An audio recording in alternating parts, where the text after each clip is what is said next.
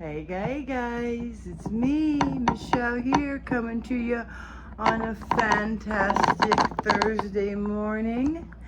And I was just here, and sometimes things happen.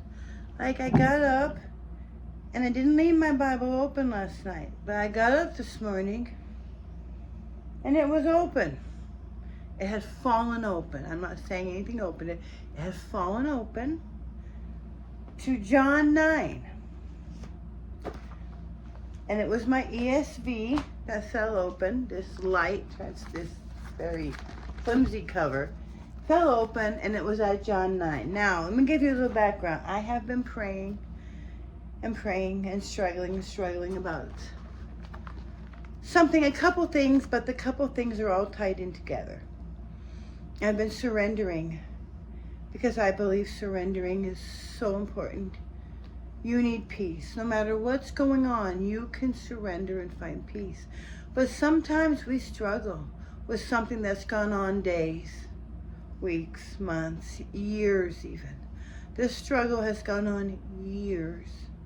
And it's a situation. And I'm like, why? I've surrendered to the best of my ability right now. I've given it to you guys. I believe you are working on it behind the scenes. But how long must I wait? Or why is it like this?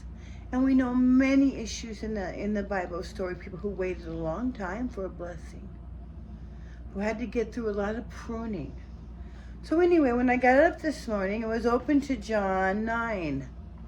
And John 9 is about Jesus healing the blind man. And I'm going to read some of this. I'm going to talk about this because this was important to me. So if it's important to me this morning, I know it's important to you. Yeah, you over there.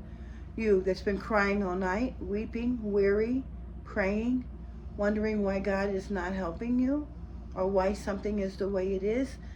It's not time yet. I'm going to show you.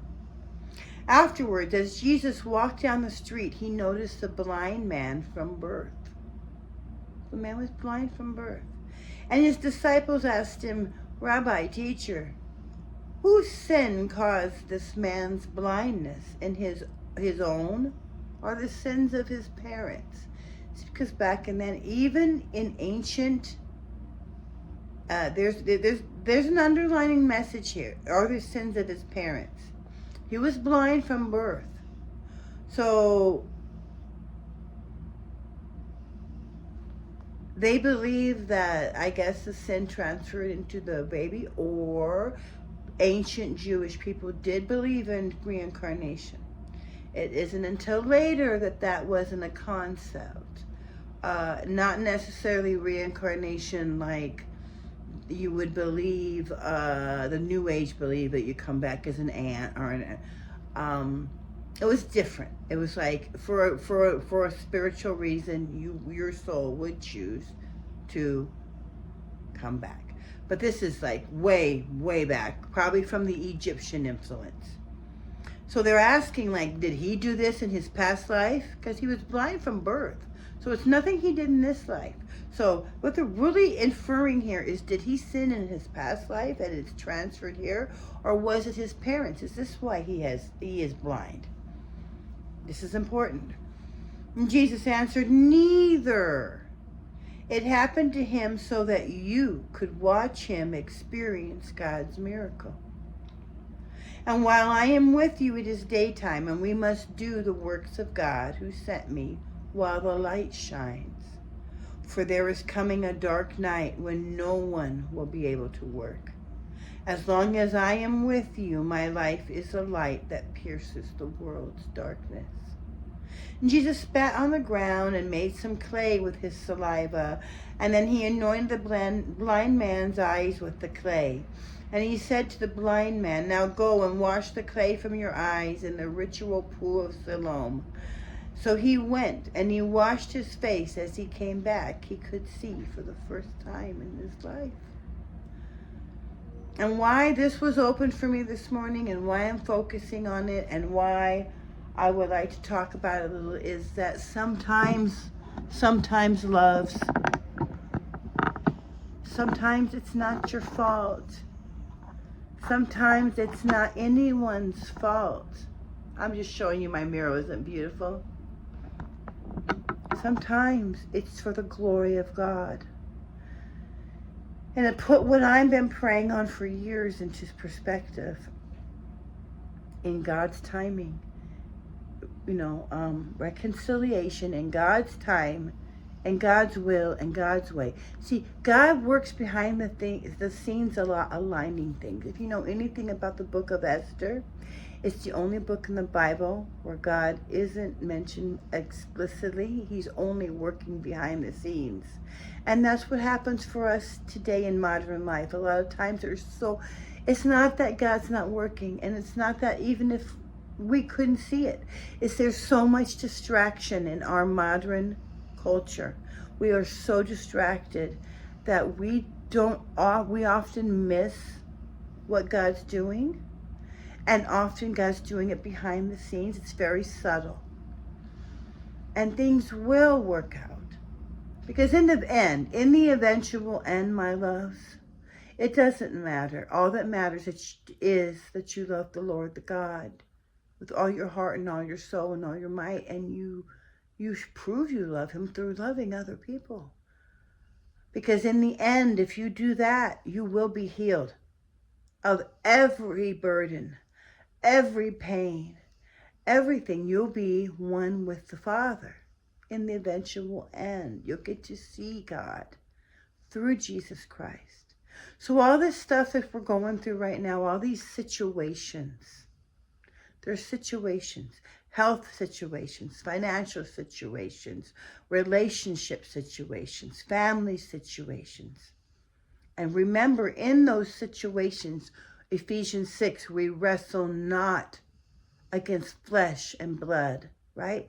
But against principalities, evil forces, darkness of this world.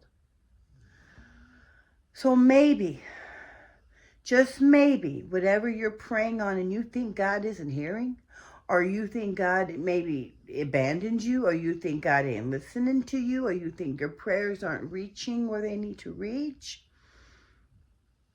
God's working. Behind the scenes, he's working.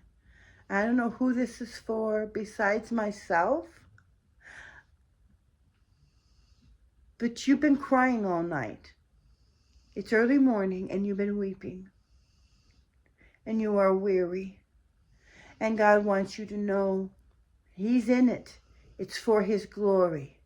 The situation that you're in that you can't seem to pray away, the situation that you're in that you can't worship away, the situation that you're in that just you seems like the Lord isn't in it. He's in it, my love. He's in it. He's in it behind the scenes, making sure the right people align in the right places that come into alignment in this fallen. See, God's got to work with this fallen world. He could snap his fingers and make it right, but then what good would it do you? He's going to work through people. And people have to sometimes get in tune with God and align with his will for your purpose to come to fruition. That's how he works a lot. He's aligning the right people, the right places, the right doctors, the right specialists, the right family to say the right things at the right time and move in the right direction. Whatever your situation is, health, financial, relationship, family, God's in it. He's in it. He's always in it. If you're asking him. Are you asking him? Are you surrendering that worry to him?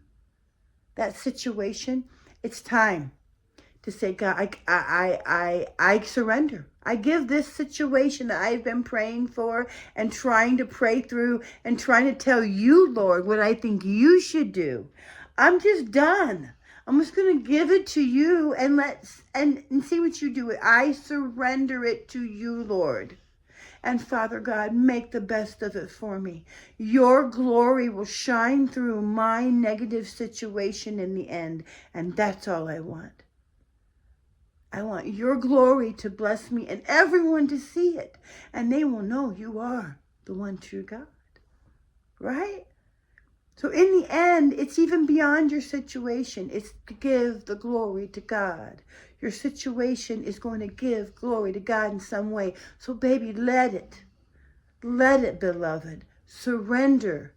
Surrender the worry, the tears. You woke up worrying. You went to bed worrying.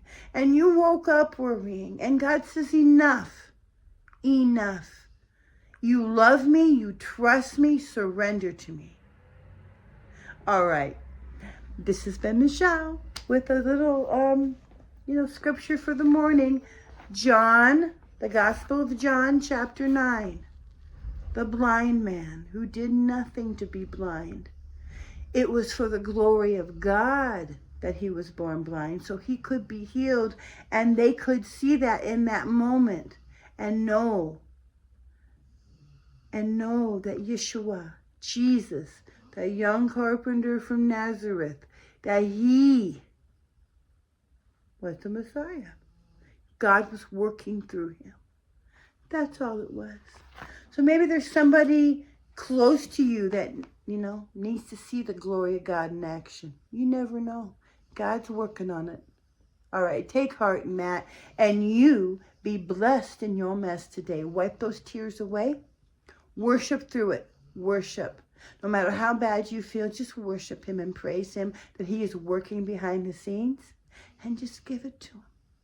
Give it to him and see what he does with it, and then let it go. All right. Be blessed in the mess, because I know I sure am. Until next time. Bye-bye.